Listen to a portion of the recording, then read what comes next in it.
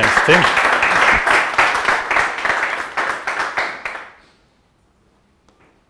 Getting the slides to work. Hi, everyone. Welcome to Redbubble from me as well. I'm Tom, as Tim mentioned.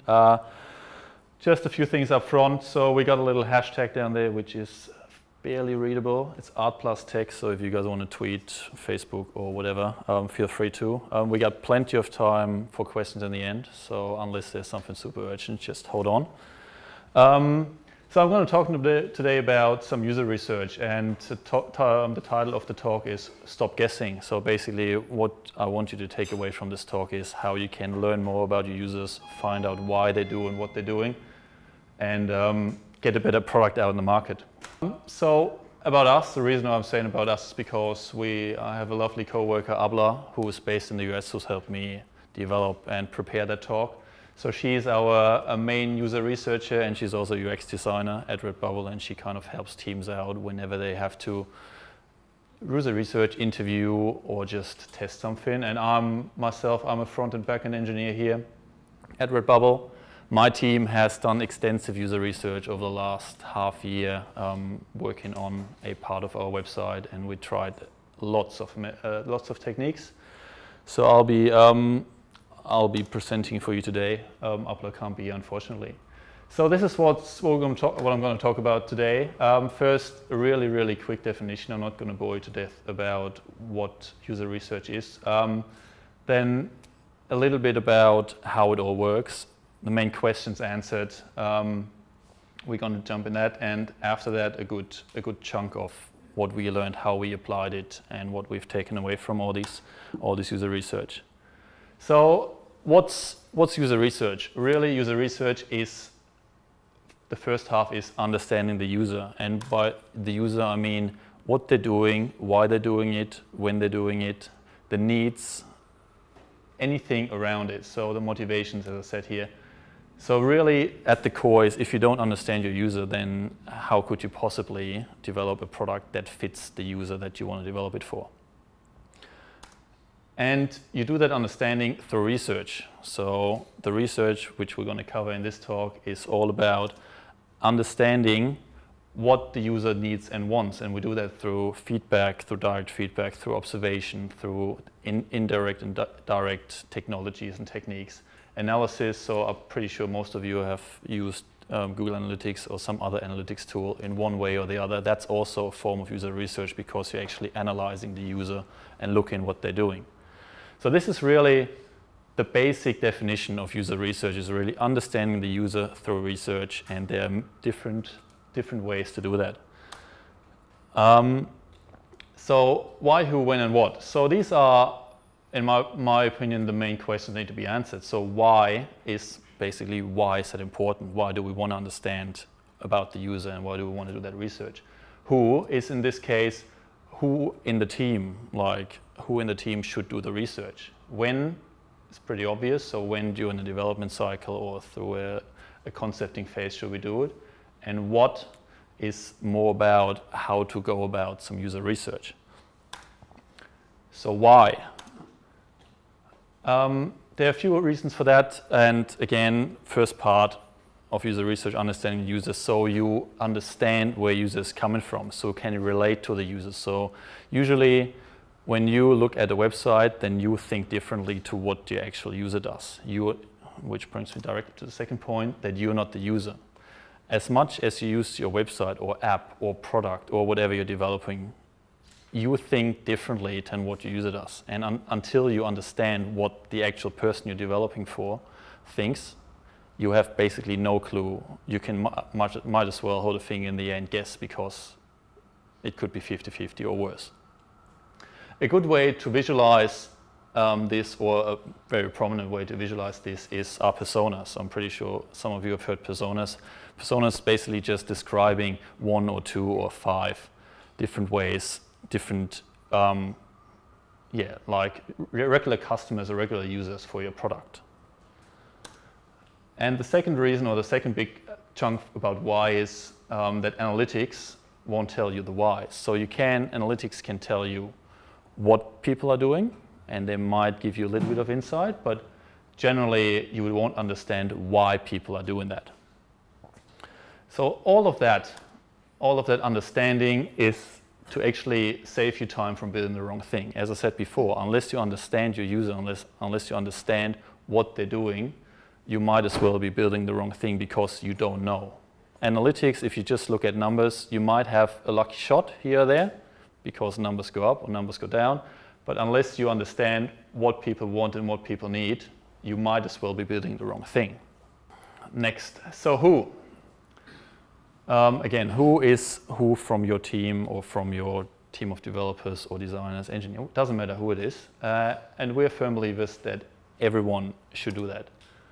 And you're asking, but there are user researchers out there, I can just palm it off to someone and they do it for me. And honestly, everyone should do user research. It doesn't matter if you're a designer, if you're an engineer, if you're a BA, your CEO, your CTO, your C, whatever. Customer support, like we've done at marketing, it all helps for people to understand who they're developing for. Someone can make an assumption about something in your product or with your website or whatever. Unless they do some user research, they don't understand. Unless the customer support sits with someone, they don't find out exactly what customer support related things they want to find out. So if I give that to some user research expert and they come back with a list of recommendations, then they don't have an idea what customer support wants, what design wants, what engineers want. Having all these groups involved in customer research makes sure that you cover all the bases and you cover all the important things that you want to find out. When? So when is pretty obvious. So most people do it early. So they might have a user research session at the start of their project and then that's it.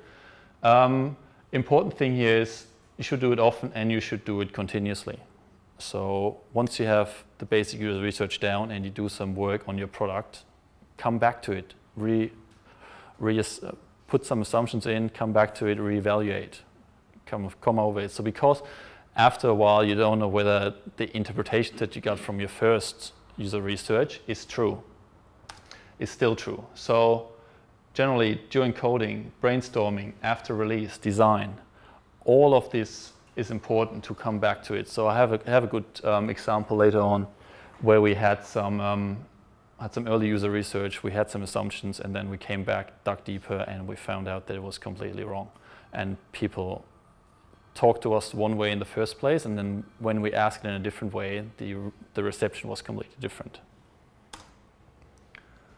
What? So what is all about? How do I go about conducting user research? So very important is you have to start with the goals. So unless you start with the goals, you might as well sit with someone over a beer or over coffee and just talk randomly about the weather. You want to find out about something that's wrong or that you think is wrong with the product or you want to improve it. You want to start with a goal and you want to formulate the goal. Second part is the user. So in this case, who do you want to talk to? You might, if you're solving a problem around customer support, you want to talk to someone who has been in touch with customer support. If you want to look at new audiences, you might want to go out and just talk to random people on the street and show them a product on your tablet or show them a physical product that you developed. It's very important to know, based on the goals, who you want to talk to and who you're bringing in or who you're going out to. And the last step, other than actually running a session, which I'll cover at length in the second half, is debrief with the team. So if you have different departments or different parts of the team sitting in a user research session, then everybody has a different take on it. So if a person says something about returning the product, then you as a developer or as a designer think differently than the customer support. So it's very important that everybody who has listened in or even just had a video screen of it listens in, talks to you, and everybody comes out of it with the same set of assumptions so that you cover off the whole topic. So these three things are basically how you go about running it and afterwards. And then obviously you wanna actually run the session. So this is just a sample size, which I found the other day, of techniques that you can use for user research. It is by no means exhaustive. it's just really just a small sample size. And there are a few things in there. So first of all, I want to talk about the x-axis. So that's qualitative versus quantitative. So qualitative is really you talk to the user directly. So you have face-to-face or at least video-to-video conversation. Quantitative is where you prepare something and the user does it by themselves and they come back with numbers or they come back with answers. Attitudinal versus behavioral is, attitudinal means what the user says or what the person says, and behavioral is what they do. These are two very different things. Even though a user might say one thing, they might do a completely different thing. That's very important to distinguish. And then there's all these techniques. So I'm pretty sure most of you have heard of A/B testing, which is the top right corner. So you actually watch what the user does, but it's no direct interaction with the user. On the other end of the scale, in the bottom left corner, you have interviews. So you sit down with the user, you talk to them directly, but you don't, sometimes you observe them, but if you just talk to them, they might as well say whatever they want, and it's true to their behavior or it's not. And then there's all these other techniques that kind of cover off one or the other part. And what I'm really trying to get at here is just doing one thing is not enough. Because if you just do an A/B testing, you will never really understand the user. But if you just do interviews, then you might as well be tricked and people say a thing but do another thing. So it's really important to, in your user research, to cover off not all the corners, but at least a few of the corners to make sure that you're covered. So there are a few things in here, for example, eye tracking, which can be either or. Which is a good way to kind of get a basic understanding what's going on. There's also card sorting or ethnographic field studies, which is basically just you go out to the user in their own environment and talk to them there. So for example, we did with some of our users, we just went into their homes. We just asked, can we come to you and watch you use our website? So they were comfortable in their home. We just sat in the back, watched them. We didn't say anything. And that's how you can conduct a user research session as well, if your users are willing to do it.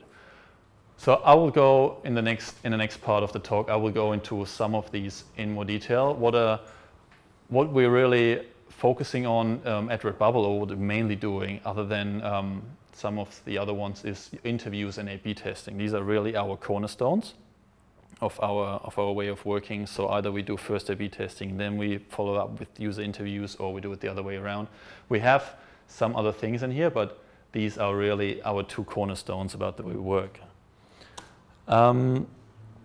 So jumping straight into the second part of the talk, which will cover off a whole range of experience that we had and a whole range of things we tested and things we found out. First of all, I don't know who has heard of Redbubble, but just a really quick overview just to give you guys an understanding about what our problems are, what our unique challenges are. So in one sentence or half a sentence, we're really a marketplace for artists to sell their art on an array of products. Currently we have about 20-ish products. We have 10 million unique designs, and we have that relates to about 50 million products, because not all designs are available on all products, and so on and so forth. And really, one of the unique challenges is we have two sets of users. We have people that want to buy the products, that want to find a unique work on a product, and we have artists who want to upload their work and want to make it available and want to make as many sales as they possibly can.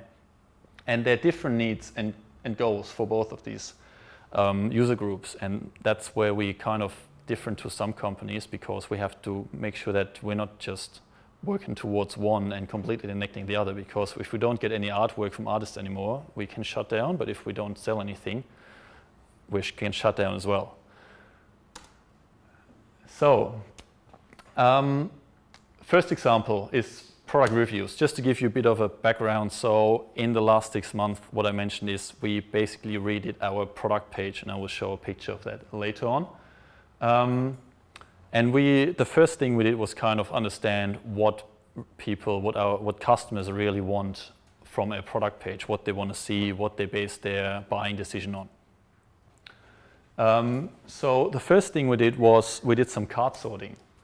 So basically we gave online and physically. We gave people a list of features on a product page, which we compiled from an Amazon product page and the Bubble product page. We mixed them up in a big bucket, and we got them to rate them about, this is just importance. So from top to bottom, how important is it? And the left hand, the online version, was they can rate it from, I use this one every time, I really need that, to I use it sometimes, use it most of the time. And customer reviews wasn't on our radar at all at the start, mainly because we have this unique challenge of supporting 50 million products. How do you get product reviews for 50 million products? That's almost impossible, because most items get sold once or twice over 5 years. So how do you do that? But having this there really put it on our radar, and we got thinking, how should we go about putting product reviews on the radar? So what we did with that information was we basically got, all right, reviews are on our radar now. What are we going to do about it? So we started concepting around it. We started thinking, how can we actually support product reviews within our website so that people understand that they're not looking at a review about the artwork itself, but about the product. We're also having comments on our website, which is mainly for artist comments, so comments about the artwork. So there were these challenges of making sure people understand reviews are about the product, comments are about the actual design. So we did a few concepting works, and we did a few rounds of interviews and just observational studies. But like when I see a review like this, where it says, like someone says, I messed up my order details, t-shirt was sent to the wrong address, and then Redbubble fixed that up. That's what I want to hear, because I know that they're not care about, once they've got the money, they don't care about customer service anymore. So does it influence you at all that these reviews are on the actual site for Redbubble? Look, if there were bad reviews as well, it would help, because then it's more transparent. I don't tend to believe a review when they've got like 5 stars, it's great, the next one, it's amazing. Everyone has different opinions, so even though it might be great for me, it might be horrible for someone else. I want to have both sides of the coin. Yep.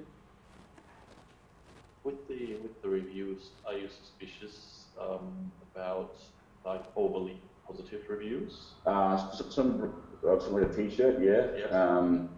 Yep. Usually you don't get those sort of reviews. Something that's simple. If it's like A with 100 pluses, you sort of think, well, this is kind of I'm not buying that. That's not as a figure of speech. So when you shop for clothes, usually, what are the things that you look for? I do look at product reviews a lot, because just with the sizing and material, so especially for a t-shirt, I can't really tell if this is like a one of those soft t-shirts or the harder, like cardboardish ones. So usually in a product review, someone will say that.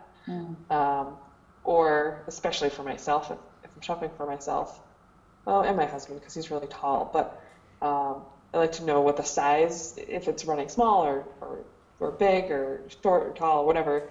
I like to see those comments in here. Okay. I don't really care about like they sent to the wrong address, because I usually feel like that's a user error, someone just not doing it right. So these were called observational usability studies. So what we did was we had a concept. This wasn't even a full website. It was just a Photoshop concept that we put in front of them, which was a little bit interactive, but not really.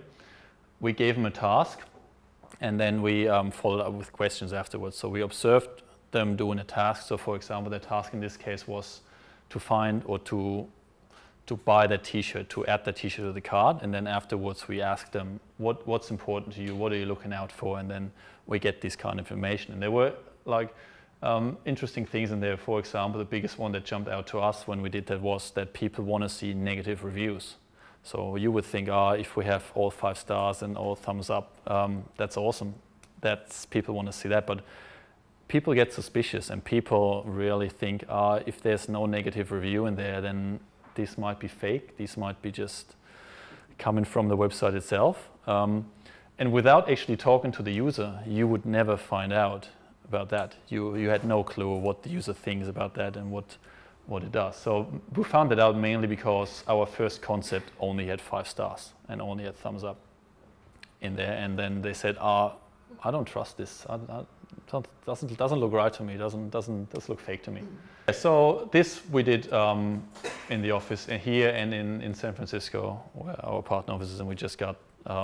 We did this through what we called a rapid prototyping week. So we got a new prototype every day, and we got new 3 or 4 people in every day, and we evaluated from the day before, like we did a new concept based on what we heard before, and then just rapidly iterated over that, and we got that feedback, and that's how we iterated over all the review stuff. There's a lot of existing information already around reviews from design anyway. Yes, and this exact topic of if you bury the bad stuff, then you lose customers. Yeah, absolutely. And there's a lot of stuff around most of the topics. The important thing is that our website is slightly different, and most websites are slightly different. Like I read an interesting article the other day that more than 50 search results on a search page are counterproductive to your actual sales. And then, but Etsy has 100. And why is Etsy doing that? Because their website is unique. We have 96. We tested that as well. So we had 40 and we had 96, and people actually prefer just to scroll through. It all depends what you're showing. And reviews in this case, because we had reviews and comments, we had to make sure that they're kind of distinguished. So yes, and we did take a lot of research into account. We just want to make sure that it hits our spot and it hits our target audience there. How do you recruit people? We have, so we did that ourselves by just looking up people who bought stuff 2 months ago and just sending them an email asking them if they're interested. That was our first attempt. The second attempt, we've outsourced that. So we actually get people, we give them a brief about what kind of people we want, say people that have shopped at Redbubble 2 years ago in the last 2 years, please get in touch with them, which is much easier because it actually takes a lot of time to recruit people. But there are companies out there really helpful with that, who get people into your office. Did you have to pay people to do that? Or what we usually do is we give them a voucher. So we tell them you're going to sit here for half an hour, and you get a $60 or $70 Amazon or Redbubble voucher, whatever you prefer, and they're happily doing that. All right, so what they really made happen is that reviews got into the final concept of our product page, and this is the final version that we put out. Which has a very basic, at this point, review system. So we tested more complicated ones. We tested one with multiple star ratings, multiple answers. We put out a very simple one because we found that people really just want to read a sentence. They just want to get a good feeling about it, or want to just have someone saying this product fades out and this product is crap. Just really, we try to get people to just comment on the product, and we just show a star rating next to it. Interestingly, and that comes back to what I said before, that you should do continuous user research.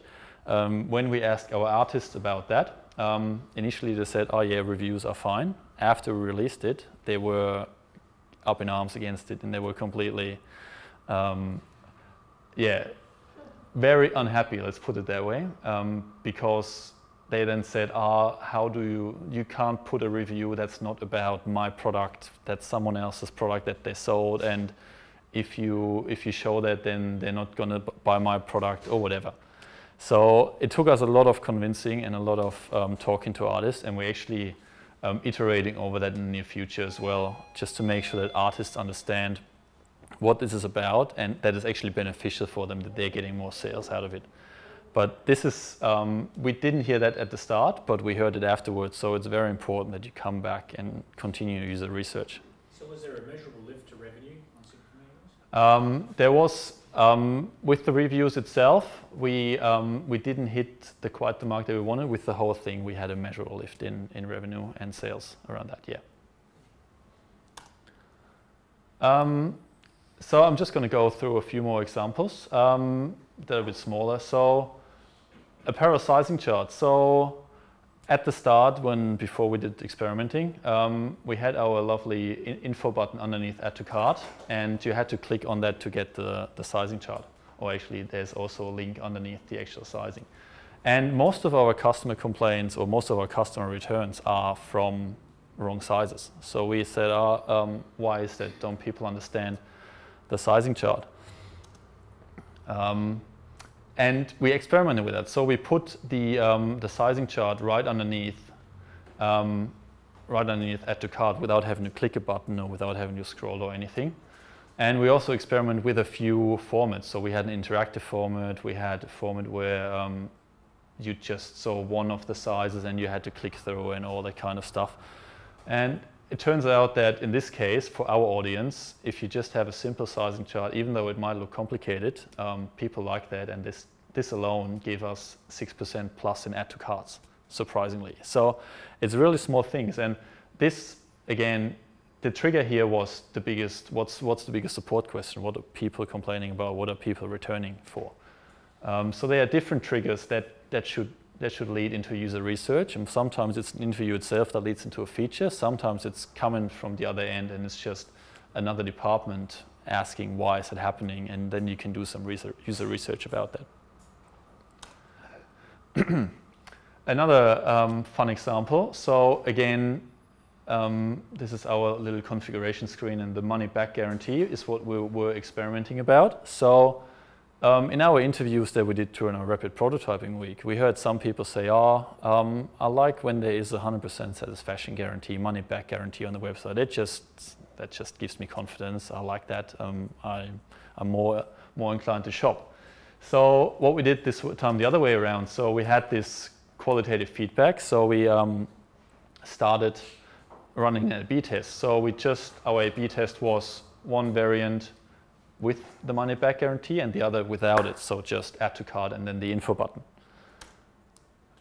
What we had was negative 8% in Add to Cart and 10% negative in conversion. And so that again triggered. So why is it happening? Why is it happening? So we had a few more user research sessions just asking about that, and then it turns out that our initial feedback, because it was a small sample size, was kind of skewed towards one direction. So it turns out that people, if they see that, they think, oh, it's got to be a dodgy place. If they have to put that up on the website, then they're not right. So I'm not going to shop there. I don't trust them. So yeah, exactly. So this is a really good example about that it's worth doing at least two ways of user research. Just analytics is not right. It's not good enough. If we would have just believed users in this case, we would have just chucked that on and said, we're done, and we would have seen a massive drop. But kind of validating data with interviews and interviews with data or whatever other user research techniques out there is really helpful. Did you confirm if it was maybe the wording or the design? We actually had a couple variants. So one was 100% satisfaction guarantee, the other one was money back guarantee, and 100% satisfaction guarantee didn't quite perform as badly, but it was still negative across the board. So it's really just the fact that it's up there and the fact that the website shows it. How did you test it while limiting the negative impact? Well, so we only showed, when our experiments run, we only showed to say 20% of our overall user base, so 10% saw this variant. So yes, overall, we might have taken a little hit on the sales, but that's worth finding out that this is actually doing it. If we would have just put it out, then we would have had 100% of users. 100% guarantee that it didn't work. Exactly.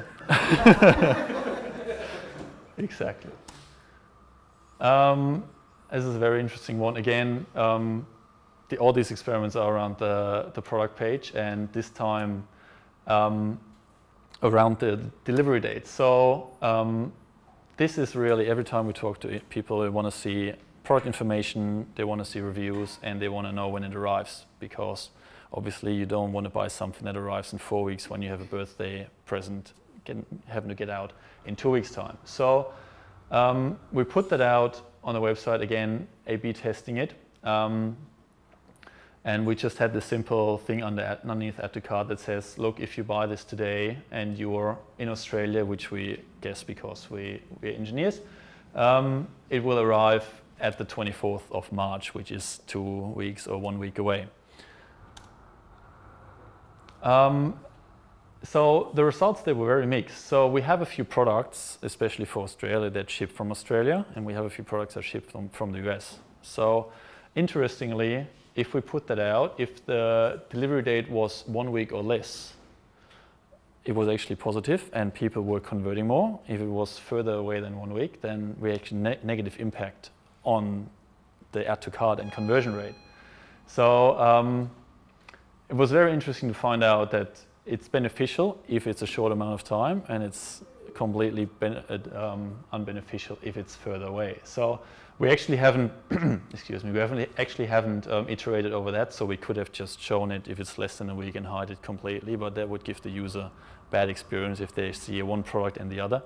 So we put this to sleep for now, and we're going to come back to it at some other day, but just some very interesting findings. Product information.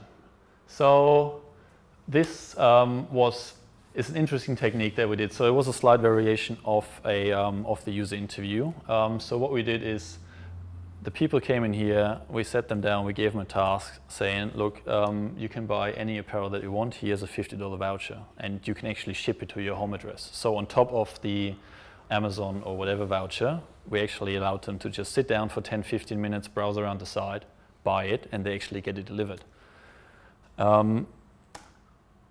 And then, after they clicked checkout, after they entered that information, we actually went outside, got the garment that they ordered, and handed it over to them and said, so this is what you ordered. Not with a design, just a blank one, but from a product perspective, handed it to them and said, after doing all that, is that what you expected? Compared to what you saw on the website, what's the product like? Is it up there with what you expected? Is it better? Is it worse? Why? So it was a very interesting experiment just to find out what people really think about the product they ordered, because they're actually going to receive one in the mail in 2 weeks' time. So they can give us unbiased feedback, or almost unbiased feedback, about the actual product without trying to please us, because they're actually going to get one of these and they bought one with one of our vouchers. So this was just a slight variation of, it's just a slight variation of an interview session that actually Upla came up with that one. So very interesting to see the responses and just the feedback. And the technique was interesting because you actually can involve, you not just have to be on the website or an app. If you develop an app, you can actually bring it back to real life and just complete the circle if you're delivering something or if you're producing something. I want to finish off this little section with a few hints of how to interview, because, as I said at the start, we at Redbubble, we're focusing on interviews and A/B testing. We're doing some other things as well, but these are our two cornerstones.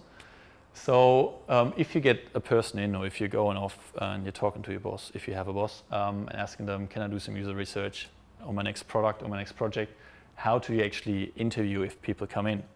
So there are a few hints I can give you.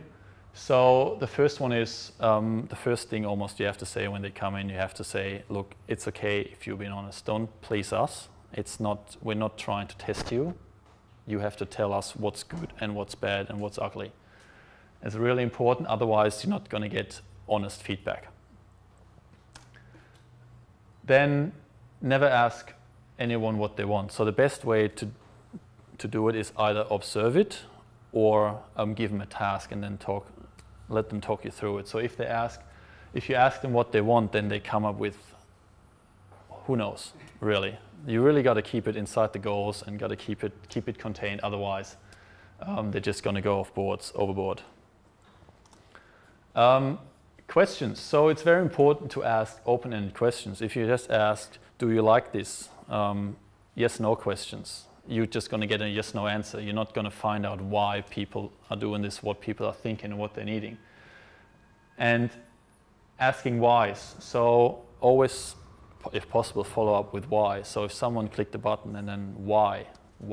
I'm pretty sure some of you have heard of the 5 whys. It's probably not necessary to do it to bring it that far, to take it that far all the time, but a couple why questions after everything, after every task is definitely worth worth doing.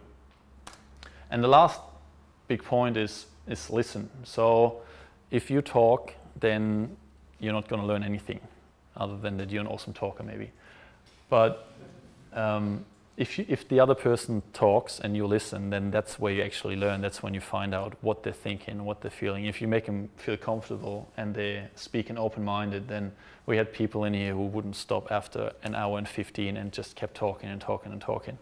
And sometimes it goes a bit off board, but you can bring them back, and then you get so much information. It's ridiculous, really, in just one session.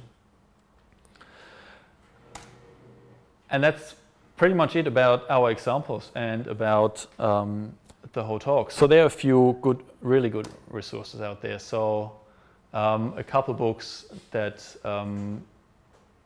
we can recommend. I'm happy to give anyone the details afterwards. And a couple blogs out there that are really good at just getting into this whole user research topic and understanding what's going on. The first is a good blog that has new updates every week about how to interview, how to do user research, and all that kind of stuff. Again, I'm more than happy to share that with anyone who's keen.